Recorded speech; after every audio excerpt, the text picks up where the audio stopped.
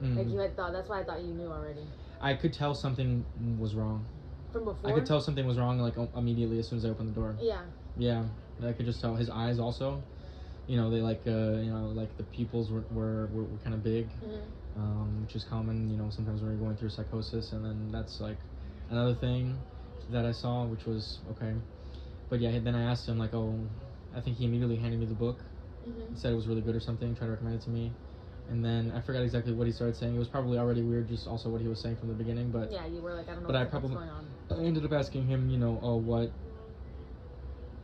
didn't you just let me know? He said, oh, I threw away my phone several times, or I threw away like several phones or whatever. I've been throwing away. So then I also came into contact with like, oh, I thought he was paranoid. Now I'm like, okay, that's like textbook, like there's a microchip implanted in me by the government, paranoid delusion of paranoid schizophrenic people. Yeah. That's like, somebody's after me. Yeah, they're listening on my phone and like being super obsessed about that, like that kind of shit.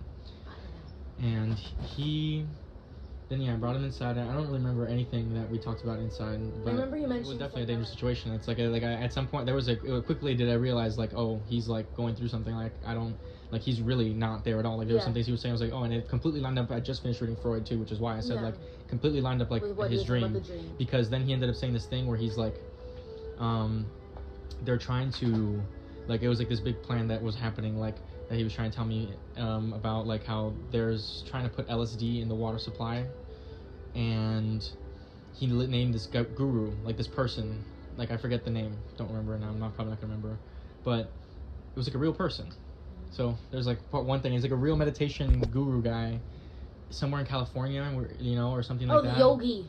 Wasn't it? It was some yogi person. Like it was a meditation guy. But he's like a real guy. He runs like, I mean, whatever you think of meditation and that kind of thing or whatever. That was his Instagram for a while. Yeah. Like a complete change to that. Oh yeah. Definitely, yeah. His Instagram was going through a whole bunch of like different, going through weird and being very strange and scary. He got rid of all like the parkour videos. He had a couple of posts of like him like. Yeah, he would delete it and then he would post like he was like reincarnations. He would like he said he claimed he was dying and reincarnating like dozens of times. Yeah. And then each time he deleted everything on his Instagram and started with a new name. It was like. Yeah. That was, But in this instance, so we walked outside and then I sat down and we just started end up talking. Yeah, I wanted to just talk to him outside. That way, at least, like, you know, or whatever. I just didn't feel comfortable with you guys listening because I didn't know how you guys would react if you guys started to hear him say something and you're like, what? That? Yeah. And you start thinking like is something like, and like you start freaking out because the last thing I already kind of know, or like I've had experience with people who maybe aren't on their best of minds, and you just have to remain calm. Yeah. Is the best way. So I don't know how you guys are gonna react, right? So I take him outside to the backyard. I couldn't, you know, but when I took him out of the backyard, I wasn't like 100% like this is like going really, really, really bad or something. I thought maybe he's just, again, he's kind of on the spectrum. I think sometimes he has that thing. Sometimes he's not good at communicating. He's not the best at like that happens. Yeah.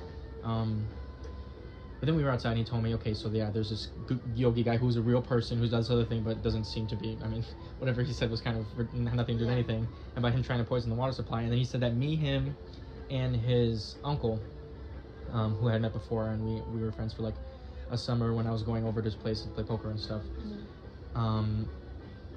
We were gonna have to go us three to like the desert to stop him from doing this, and then, oh, I know, Gabe, that you're a humble guy, you know, you don't want to be famous, so we're gonna get to go on Joe Rogan, man. We can meet Joe Rogan, we can meet, you know, you just kept going like this, and then eventually when I started saying, like, oh, I couldn't go to school, or he was like, because he was trying to tell me like we gotta go.